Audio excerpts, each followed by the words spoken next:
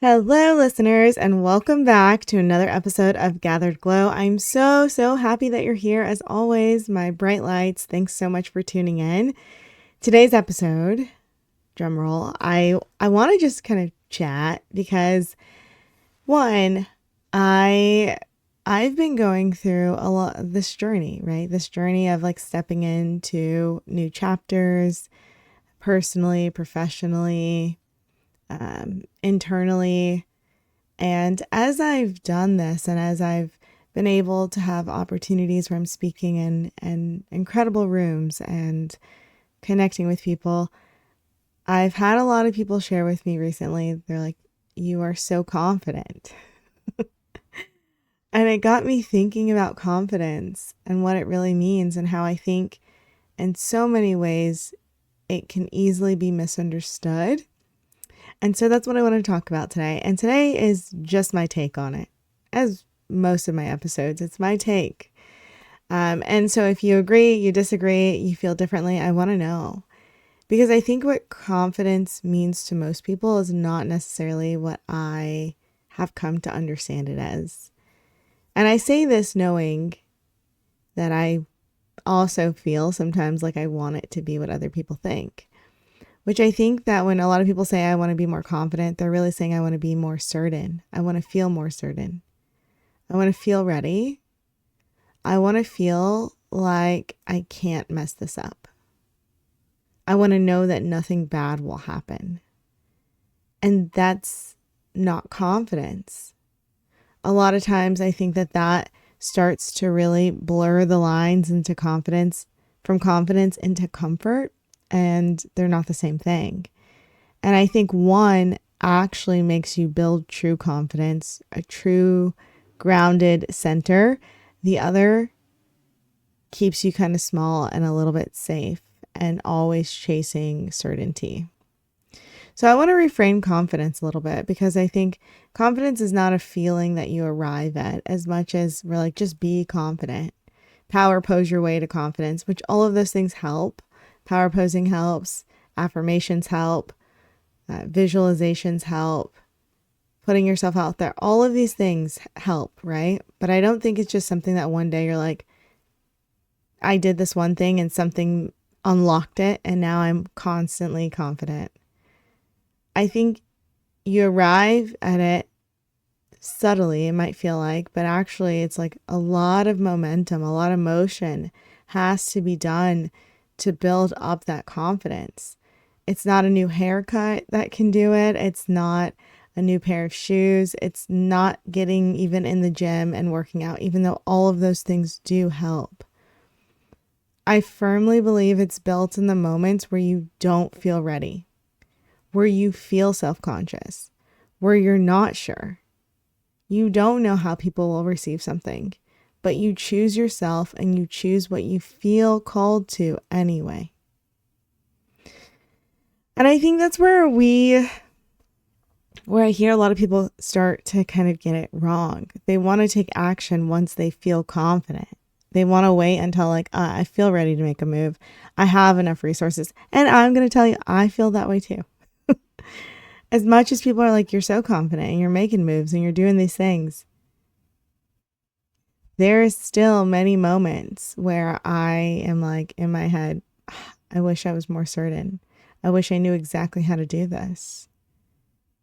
I wish it didn't feel like I'm walking into the unknown.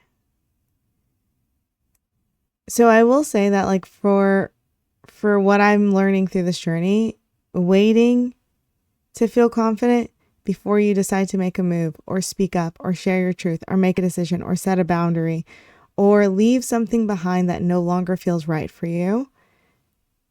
The truth is that rarely will confidence come first. I think courage comes first. And once you believe in that courage, you see it, over time, you grow your confidence to know that the power, the ability to choose, to redirect, to navigate, to go after what you want is you. It's in you, it is you. And I think that you have to choose that courage first. And we talk a lot about confidence, and I don't know if we say the word courage enough. Because action and courage equals confidence. It doesn't mean a perfect action. It doesn't mean anything looks perfect. In fact, the outcome may be very imperfect from what you intended. But just taking action towards what it is that you want, towards what it is that you are saying, I'm committed to stepping into. I feel a lot of times, even as I'm taking action or using some courage and leaning in, there's still doubt. There's still like a lingering sense of doubt sometimes. And I think that you can feel doubt and be confident. Because every time somebody comes up to me, they're like, you're so confident. Oh, that was amazing. I'm thinking there's still doubt there too. There's still some feelings of like, okay, but was that good enough? Should I have done it that way? I'm a little scared. I'm a little nervous. How will this be received? And I think you can feel doubt and you can still be confident. You can feel unsure and still be confident. You can feel scared and still be confident. Because confidence is not having no doubts. It's saying that even in these doubts, I still trust myself enough to move anyway, to take an action anyway. Imperfect, okay. Not really received the best the first time, okay. A lesson learned, okay. But I think like really facing the fact that doubt does not say that you need to stop. And really quickly, because this is about confidence, but I do think that there's different types of doubts. I think that there's one doubt that is protective. You start getting doubts of like, okay, something feels not aligned. There's inconsistency. I don't feel good about what I'm experiencing. Sometimes it's not even your mind telling you. You're like, there's a knot in my stomach. Something just feels off. I think that doubt is very protective and very important to listen to say like, okay, this is telling me something's off here. Something's not right. And I think you need to listen to that doubt. There's another type of doubt, and I think it's just the doubt of change, the doubt of growth, the doubt that is like, I know who you are right now, but I see that you're stretching and you want to become a new version. That version in your head is like, I don't know who that version necessarily will be or what they'll have to face. And it's scary to think about having to be more visible and more bold or stretch myself in this way or put myself out there, possibly get hurt. And I think that doubt you have to continue to move through. I think the doubt that is saying, hey, you're stretching, this is growth doubt, not protective, something's unstable or not aligned. If you can say everything here is aligned, I see the vision, I know why I want to go this direction, I know why I want to try to do this, I know why I want to do more public speaking opportunities. And I firmly believe, like, as uncomfortable as it is, I'm going to continue to stretch and do that. I think that doubt is so helpful and can even be fuel and powerful if you use it in a way to harness it for what you have going on and turning it into that courage. And then that courage, I think, even adds more to your confidence. So I think that doubt doesn't live separately from confidence, but I know that it shows up in small moments. And courage and confidence, I think, go hand in hand. Doubt lives there too. And I think in those small moments when you think, hey, I'm going to say what I actually think instead of what feels safe for others, or choosing even not to entertain something that confuses you. And this both personally and professionally, there are times where I have had opportunities and felt man, I want this so badly. There's so much here that I want. But there's a piece that is not living up to my standard. And no matter how great everything else is, I have to choose that standard. So sometimes you have to choose something that has clarity and that's not confusing. And I don't mean like inner confusion of like, what do I do next? I mean like somebody or some organization is clearly giving you the runaround. Maybe you have to walk away from something that doesn't meet you, even if you wish deeply that it did. And I think that's all confidence. And sometimes when I talk to people, they're like, I'm not confident. And I'm looking at them like, I see your life. And I see how you've shown up with confidence in 1,000 different ways. How you faced real adversity and had the courage to keep just moving through. How you've made huge sacrifices. Confidence isn't the person who is the most extroverted walking around a stage. Confidence is the person who chooses not perfection and not performance, but alignment for their life and what they know is best.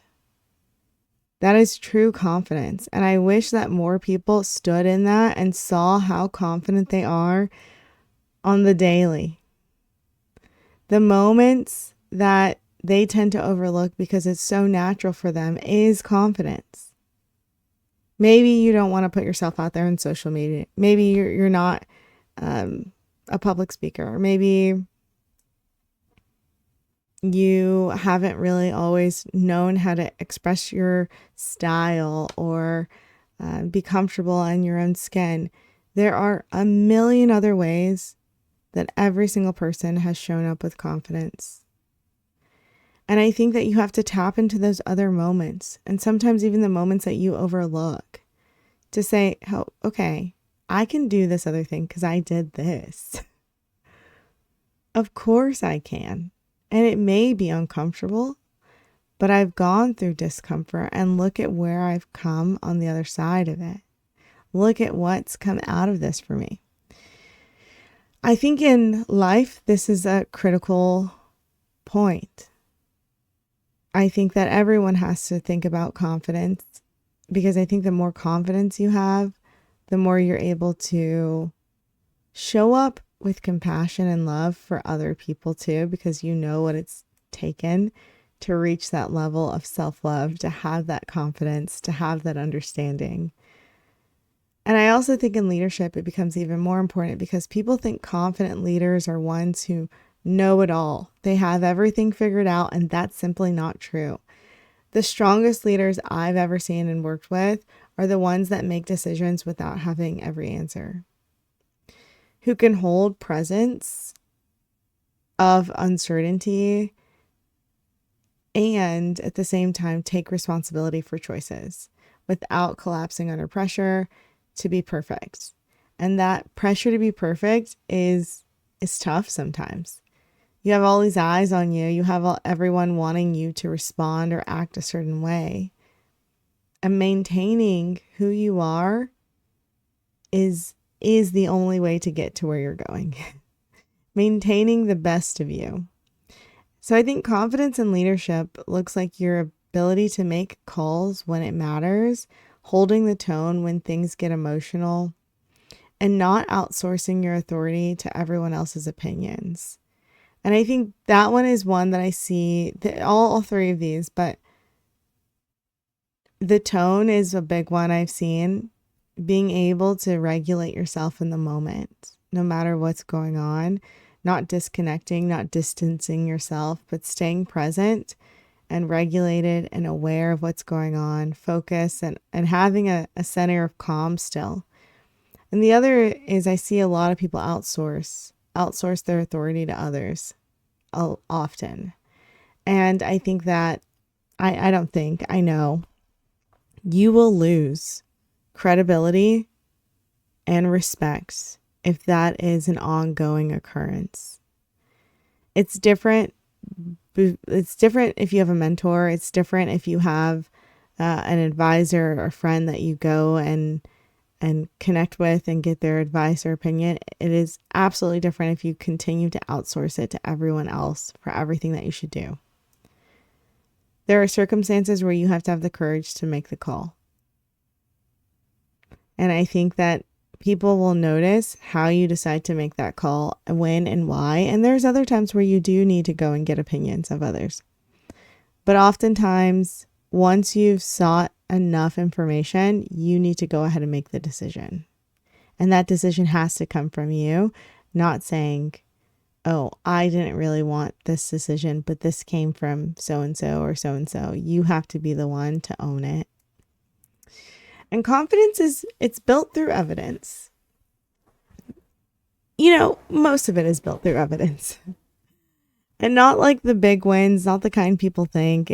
Confidence isn't because you received awards or accolades or enough people liked your post or they, you have external validation. It is really built in moments of I said what I meant, I followed through on what I said, and I didn't abandon myself there. I'm proud of myself no matter the outcome. Maybe the confidence comes from the facts. I don't even think confidence in the gym comes from the body transformation. I think it comes from the fact that somebody said, I'm going to do something, and they follow through on doing it. And they start to see that over time, I'm trusting myself enough and I'm getting stronger. And this is getting easier. And it's never easy, but it's getting easier because I'm not abandoning my goals for comfort. And so I think those moments start to stack up. And the more consistent you are, the more you realize one day, I trust myself. And I think confidence and self-trust are actually closer tied than anyone wants to give it credit. I think that confidence is saying, I trust myself. I believe in myself. And so there's been so many times in my life where I have felt confident and doubt. And there's times where I have not felt confident. I felt scared and I felt like, I don't know how this is going to go. I have no idea. But I know I'm going to get on the ride and I'm going to try, and still made the decision that I would show up for what felt true to me. And sometimes because of the lack of confidence, I showed up and not as my best, I showed up and that was awkward. That was a little clunky, but I still showed up. And I think in those moments is where I actually built my confidence, not in the times I felt ready. And I'm saying this to you because I'm saying this to myself in every single podcast, because there's still times where I don't feel ready for certain things. I am so humbled and appreciative of my career and the opportunities I'm being given. And I know I'm very good at what I do, but there are other things where I'm like, this is big. This is stretching me in ways that I haven't experienced. And there is a desire to feel like it would be nice to feel 1,000% certain. It would be nice to know exactly this is going to work out very, very well, or I'm going to say the exact right thing.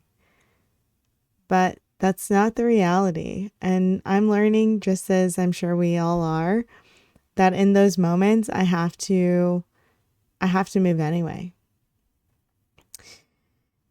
So if you're feeling like you're waiting to feel confident, or you're waiting for some type of certainty, I want you to ask yourself, what would it look like to trust yourself even if you don't feel fully ready?